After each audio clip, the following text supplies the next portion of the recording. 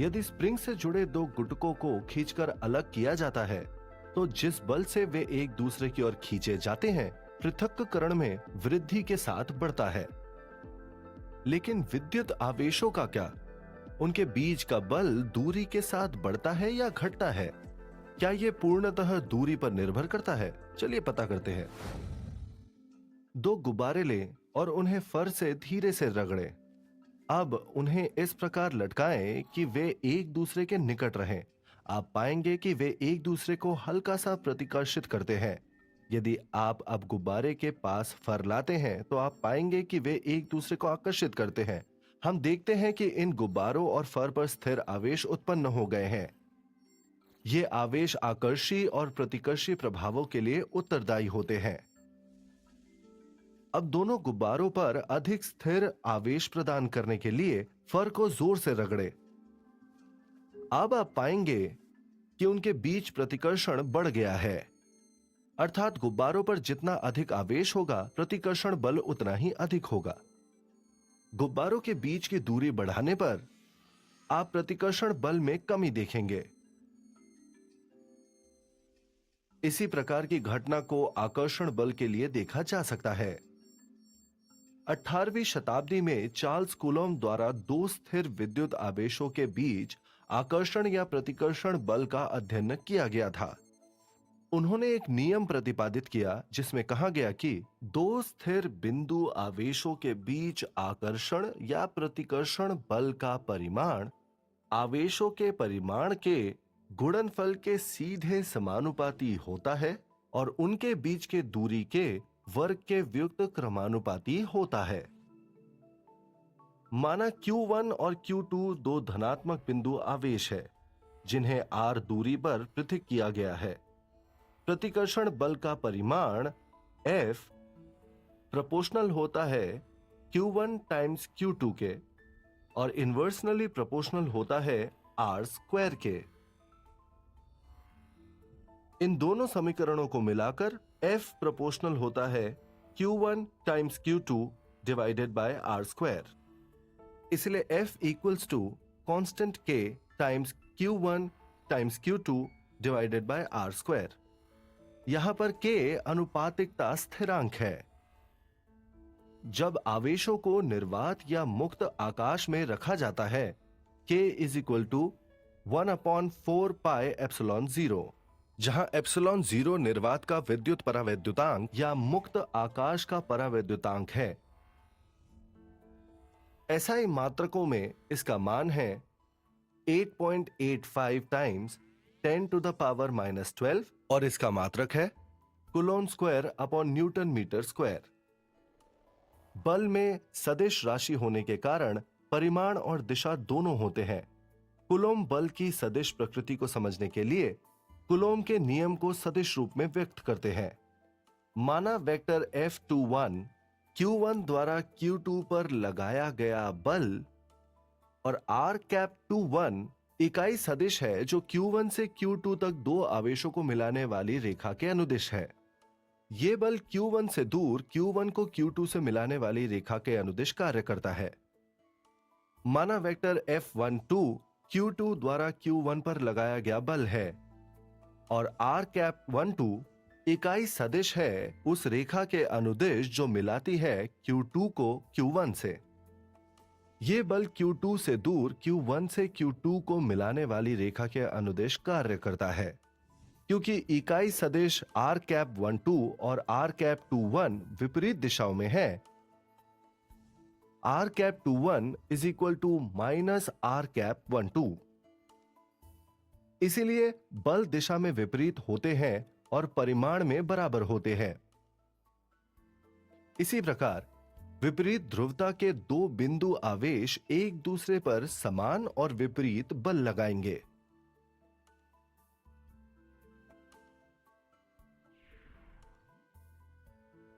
दो बल क्रिया और प्रतिक्रिया युग्म बनाते हैं।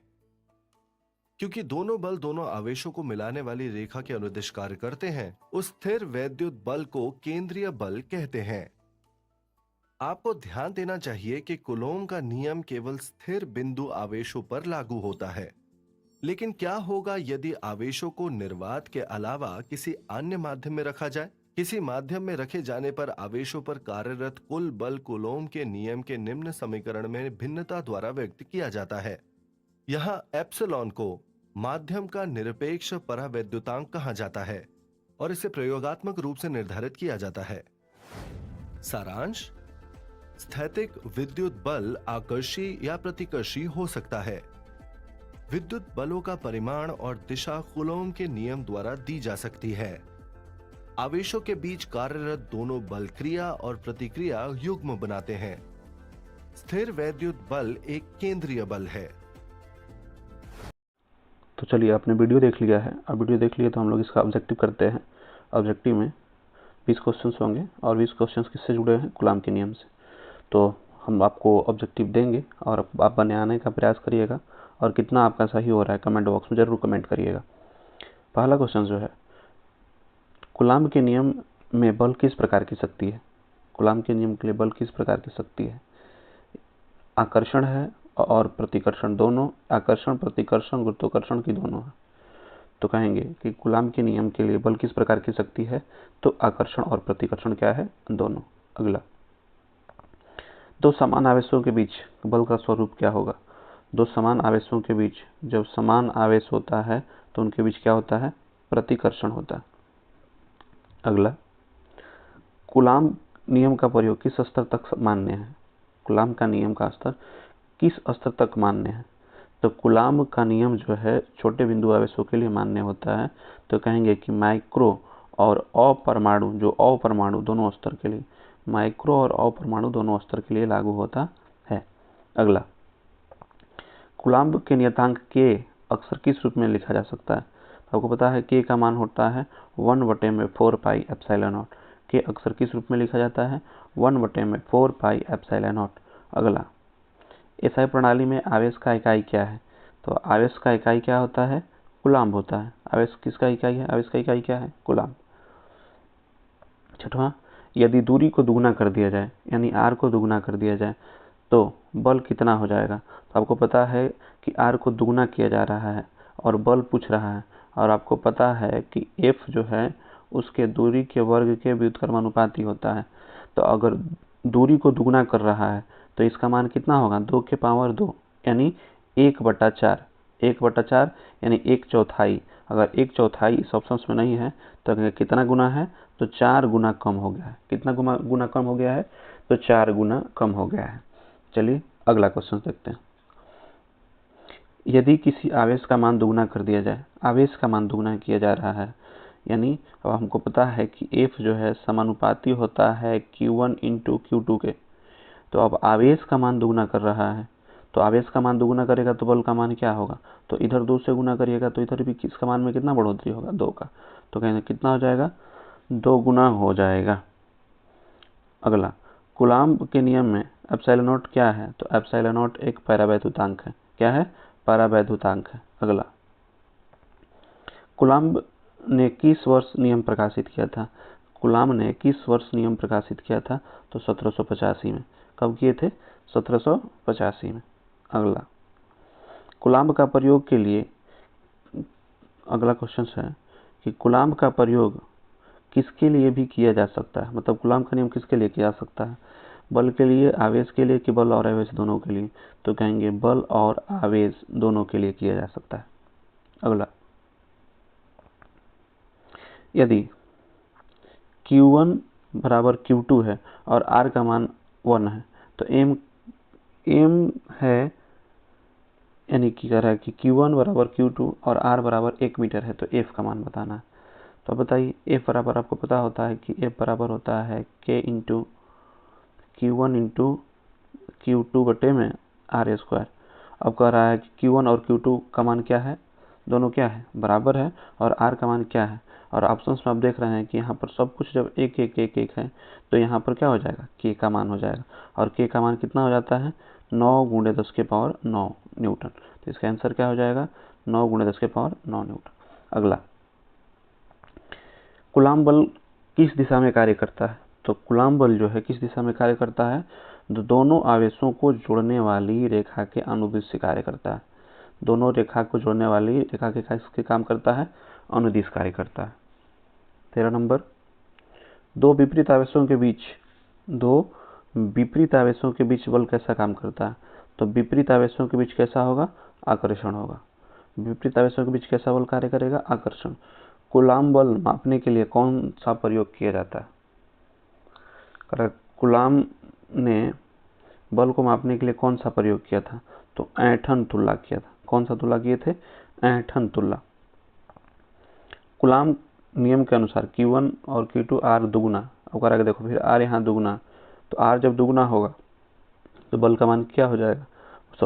बल का मान, R का मान दुगुना हो रहा है तो बल का मान क्या हो जाएगा? 4 गुना कम हो जाएगा। कितना गुना कम हो जाएगा? 4 गुना कम हो जाएगा। पिछला वाला क्वेश्चन है वही तो है वो वाला। अगला, दो बिंदु आवेशों के बीच बल किसके समानुपाती नहीं है? दो बिंदु आवेशों के बीच बल किसके समानुपाती नहीं है? तो समानुपाती होता किसका है? तो Q1 इंटू Q2 के। तो Q1 के समानुपाती है, Q2 के समानुपाती है, Q1 इंटू Q2 के समानुपाती है, पर R के क्या है? व्युत्क्रमानुपाती होता है। R के क्या होता है? व्युत्क्रमानुपाती। तो इसका राइट आंसर क्या हो जाएगा? सी। अगला, एक कूलाम बराबर आवेश किस प्रकार का है? एक कूलाम के बराबर आवेश, एक कूलाम आवेश को बहुत बड़ा आवेश कहते हैं। बहुत क्या है? बड़ा आवेश। छोटा आवेश में माइक्रो कूलाम होना चाहिए। तो हम एक कूलाम आवेश किस प्रकार का है? तो एक बड़ा है, बहुत बड़ा है। कैसा है? तो बहुत बड़ा है। अगर कोई पूछे एक कूलाम आवेश कितना है, तो बहुत बड़ा आवेश है। 18 का कूलाम ने किस देश में नियम को खोजा था? कूलाम ने किस देश में नियम को खोजा था? तो फ्रांस में। किस देश में? तो फ्रांस में। चलिए अगला देखते हैं। कूलाम का नियम का प्रयोगात्मक पुष्टि किसने किया था? तो कूलाम के नियम का प्रयोगात्मक पुष्टि किसने किया था? तो हेनरी क्वेंडिस ने किया था। किसने किया था? हेनरी क्वेंडिस ने किया था। अगला, अब है कि यदि दो आवेश Q1 और Q2 r दूरी पर हैं, यदि Q2 का मान ऋणात्मक कर दें, तो कह रहा है Q2 का मान अगर ऋणात्मक करिएगा तो देखिए पहले Q1 और Q2 था, इसका मतलब कि दोनों समान आवेश थे। जब दोनों समान आवेश थे तो इनके बीच लग रहा था प्रतिकर्षण बल। जैसे ही Q2 को आप माइनस करिएगा तो क्या हो जाएगा? प्रतिकर्षण में बदल जाएगा। प्रतिकर्षण क्या हो जाएगा? बदल जाएगा। और प्रतिकर्षण किस में बदल जाएगा? आकर्षण में। ऋणात्मक तो बल क्या होगा? तो कहेंगे प्रतिकर्षण में बदल जाएगा, या आकर्षण बदल जाएगा, तो कहेंगे प्रतिकर्षण क्या हो जाएगा? बदल जाएगा। तो ये रहा आपका 20 क्वेश्चंस। तो इस टॉपिक से जुड़ा हुआ 20 क्वेश्चंस है, और 20 क्वेश्चंस में कितना क्वेश्चंस आपका सही हुआ है और जो वीडियो देख रहे हैं वो कितना आपके लिए हेल्पफुल है। तो चलिए फिर मिलते हैं अगले टॉपिक में। तब तक के लिए धन्यवाद। नेता टाइप आधा काम मत करो, सब्सक्राइब के साथ साथ बेल आइकॉन भी दबाओ।